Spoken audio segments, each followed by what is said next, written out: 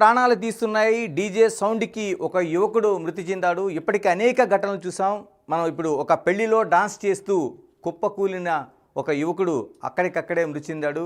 కరీంనగర్ జిల్లా భీమవరం మండలం కమ్మారిపేటలో ఈ ఘటన జరిగింది. దాదాపుగా ఆ పెళ్లిలో దాదాపు 40 నిమిషాల పాటు డాన్స్ చేసిన తర్వాత సంజయ్ అనే వన్నెల సంజయ్ అనే 23 ఏళ్ల యువకుడు మృత్యువాత పడ్డాడు. మనకి కరీంనగర్ జిల్లాలో ఒక విషాదాన్ని నింపింది ఈ ఘటన.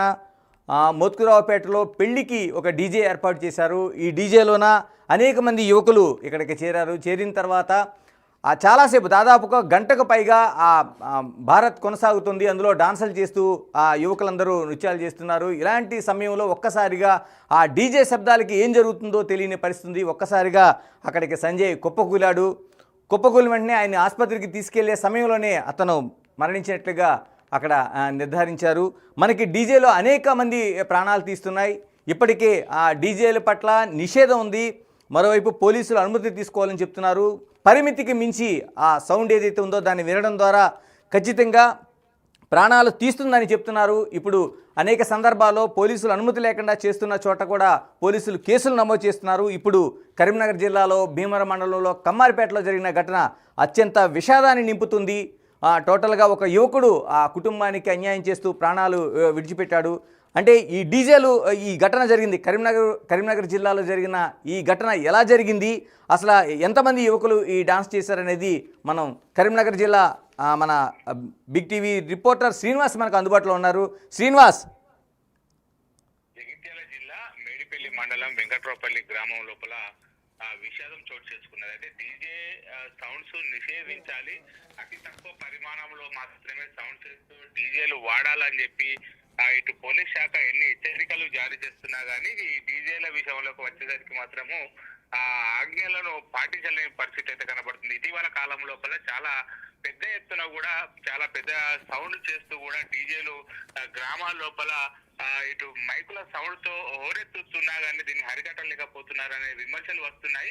ఈ డీజేల సౌండ్ తో చాలా మంది యువకులు కూడా అటు పెద్ద ఎత్తున కూడా శబ్దాలు చేస్తూ డీజే సౌండ్లకు యువకులు చాలా మంది కూడా బలైపోతున్నటువంటి పరిస్థితి లోపల ఇటు జగిత్యాల జిల్లా మేడిపల్లి మండలం వెంకట్రావుపల్లి గ్రామంలో కూడా ఇటు 2 రోజుల క్రితం విషాదం చోటు చేసుకుందని చెప్పుకోవచ్చు. తన మేనమామ కొడుకు పెళ్లికి వెళ్ళినటువంటి ఇటు వెళ్ళి అక్కడ భరత్ చేసేటువంటి సమయం లోపల కమ్మరిపేట గ్రామానికి చెందినటువంటి సంజీవ్ అనేటువంటి యువకుడు డ్యాన్స్ చేస్తూ తన మేనమామ కొడుకు పెళ్లి లోపల భరత్ లోపల చాలా ఉత్సాహంగా ఉల్లాసంగా డ్యాన్స్ చేస్తూ ఒకేసారి కుప్పకూలిపోయినటువంటి పరిస్థితి కనబడుతుంది. అప్పటి వరకు కూడా ఇటు కుటుంబ సభ్యుల మధ్య ఉల్లాసంగా ఉత్సాహంగా డ్యాన్స్ చేస్తున్నటువంటి సంజీవ్ ఒకటేసారి కుప్పకూలపోతో అయితే అక్కడ ఉన్నటువంటి వాళ్ళు చాలా మంది కూడా ఆశ్చర్యానికి గురయ్యాడు. నిండా 22 ఏళ్ళు కూడా నిండని సంజీవ్ ఆ డీజేల సౌండ్ కారణంగానే ఒక్కసారి కుప్పకూలిపోయినటువంటి పరిస్థితి కనబడుతుంది. అక్కడ ఆ గ్రామం లోపల చాలా పెద్ద ఎత్తున కూడా డీజేలు పెట్టుకొని డ్యాన్స్ చేస్తున్నటువంటి సమయం లోపలనే ఇలా కుప్పకూలిపోవడంతో ఏం జరిగింది అనేటువంటి తెలుసుకునే లోపల శ్రీనివాస్ ఎన్ని గంటల సమయంలో జరిగింది? అంటే అక్కడికక్కడే మృత్యువాత పడ్డాడా లేకపోతే ఆసుపత్రికి తరలిస్తుండగా ఆయన ప్రాణాలు విడిచాడా?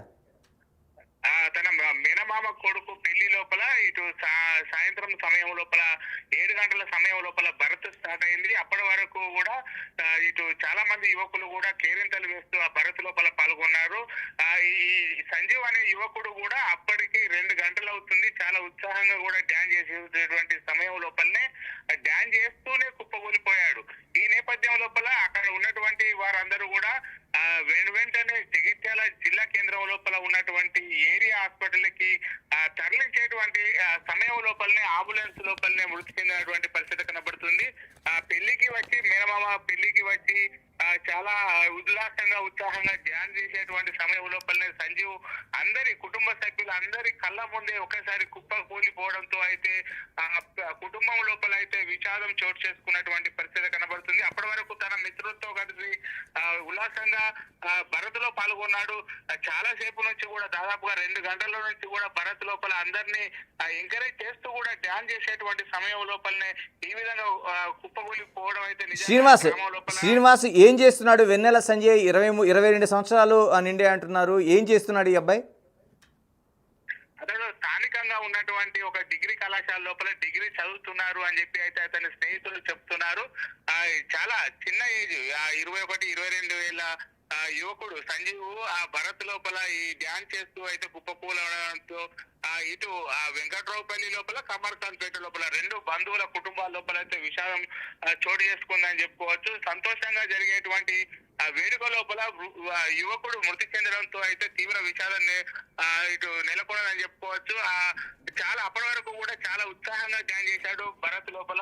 శ్రీనివాస్, దీనిపైన ఏమైనా పోలీసులు కేసు నమోదు చేశారా? జగిత్యాలకు సంబంధించిన వాళ్ళు కానీ లేకపోతే కమ్మారిపేటలో కానీ ఏమైనా పోలీసులు కేసు నమోదు చేశారా? ఎవరైతే డీజే ఏర్పాటు చేసిన వాళ్ళపైన కావచ్చు, లేకపోతే డీజేని సప్లై చేసిన వాళ్ళపైన కావచ్చు, ఏమైనా కేసులు లాంటివి నమోదైనాయా?